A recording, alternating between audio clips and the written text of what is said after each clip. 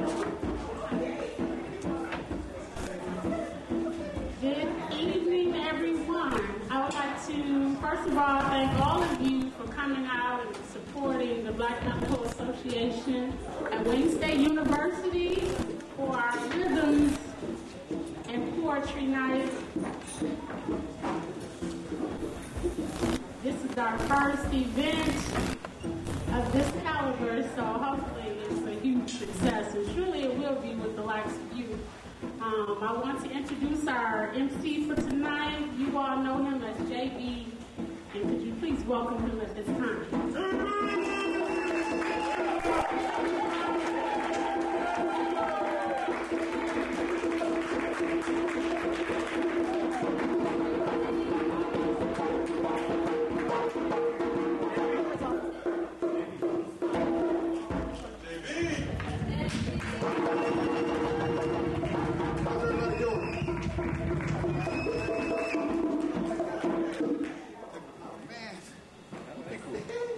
How's everybody doing? All right. This is the first annual Rhythm and Relaxation Poetry Night. The second year students just had a very important exam on Friday. Got one on Monday? Okay, so they need a little bit of rhythm and relaxation. This first piece is called I Praise You, Black Woman.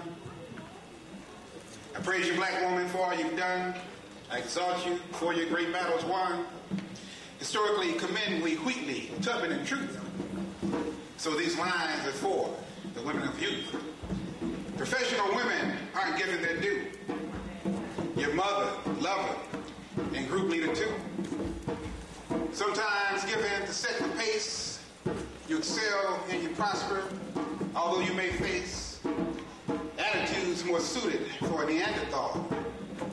But consistently do you well, and down goes the wall.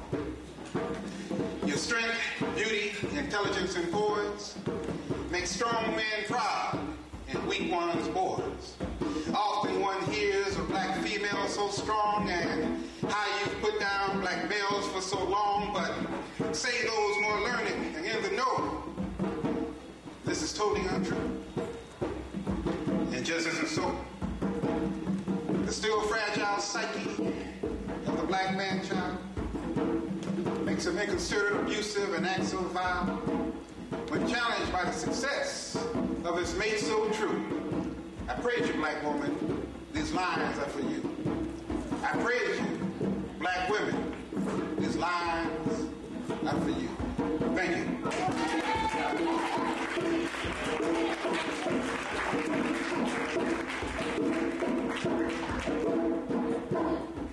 You know, sometimes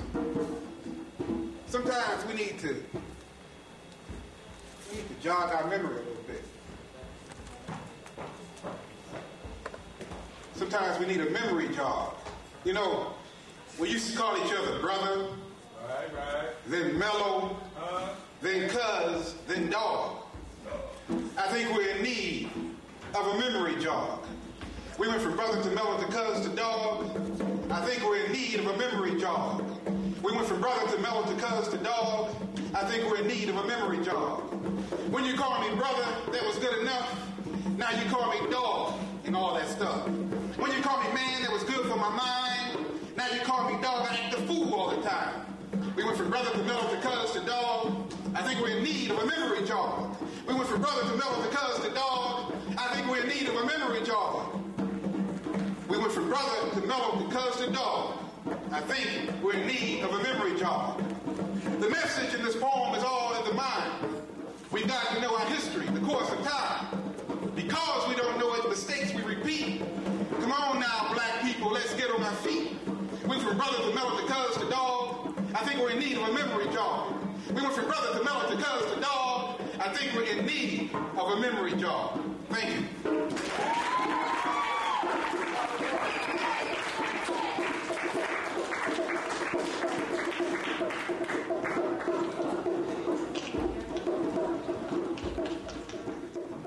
Our plaza. Young brother had been shot. The police were there. Gang members were there. We don't know who shot this young brother, but the crowd was all standing around, analyzing, synthesizing, and breaking it down. The reporter scanned the crowd for someone to talk to. He wanted to develop a certain point of view. He needed that special person to show the world negative images in the minds of boys and girls. Well-spoken brothers and sisters all standing around, analyzing, synthesizing, and breaking it down, able to express and able to relate just what happened upon this very day. But the reporter didn't want just anyone. He was looking for a dirty, downtrodden bum, and lying on the ground was Crazy. old Crazy Joe. Disheveled and drunken, he was real down low. The reporter hurried over with his camera crew as Joe was about to sit on his broom. Crazy Joe squinted and got up very slow. He spoke from the heart because he wanted them to know, I've got a college degree in liberal arts. But I was told I just don't look the part. They were looking for someone with a corporate look, clean cut, King's English by the book. They didn't think I could deal and relate, happened time and time again. This sealed my fate.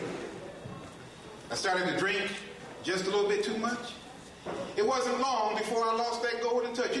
Sometimes I look on the wall at that Harvard degree, never did me nothing. What good did it do me?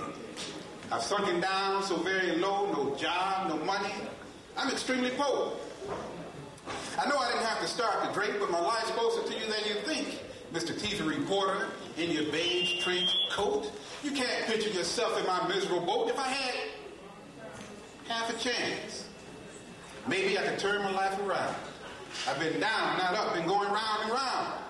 The TV reporter was taken aback. He just wanted to talk to a downtrodden black. As the segment aired on the 6 o'clock news, he caught the eye of one with progressive views. He gave Joe a job on the second shift. Joe got to working, put down his fifth, started to changing all kinds of ways, stopped wasting his days, saved every penny because he had a plan. Got up, dusted himself off, and took a stand. Now old Crazy Joe is called Mr. Joseph Wright. He got his second chance. He won back his life. Thank you.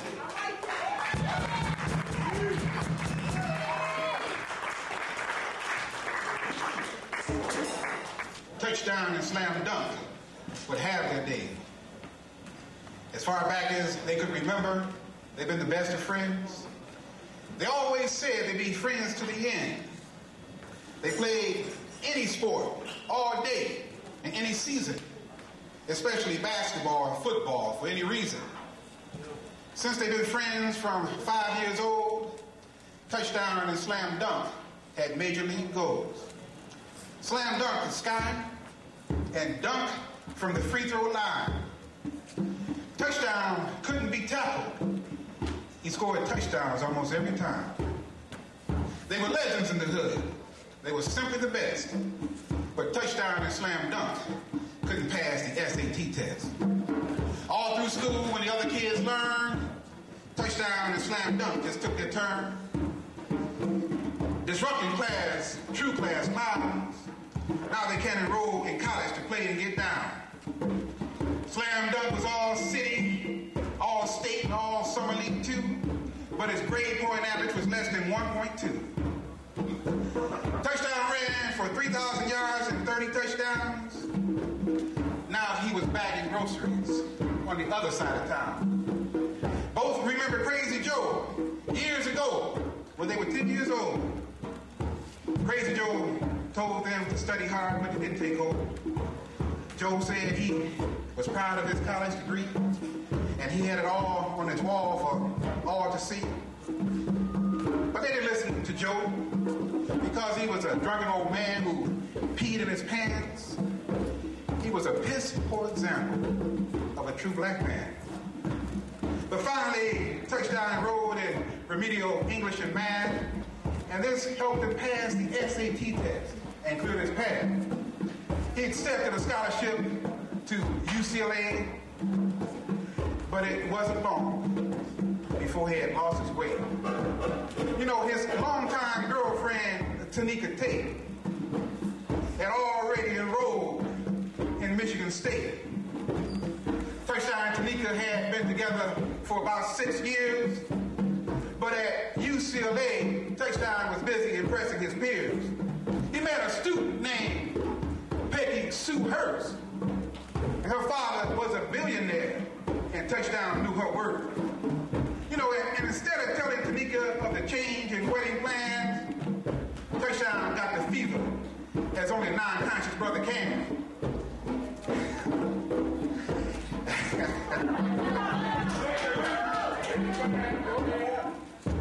Oh, yeah. Tanika decided to visit one autumn weekend, and what she saw made her cry again and again. Tanika left that day, never to return. She went back to Michigan State to live and to learn. Touchdown did well on the football field, and his future with Peggy Sue, he planned to build. They were to be married when he made the pros, but the injuries began when he broke his left big toe.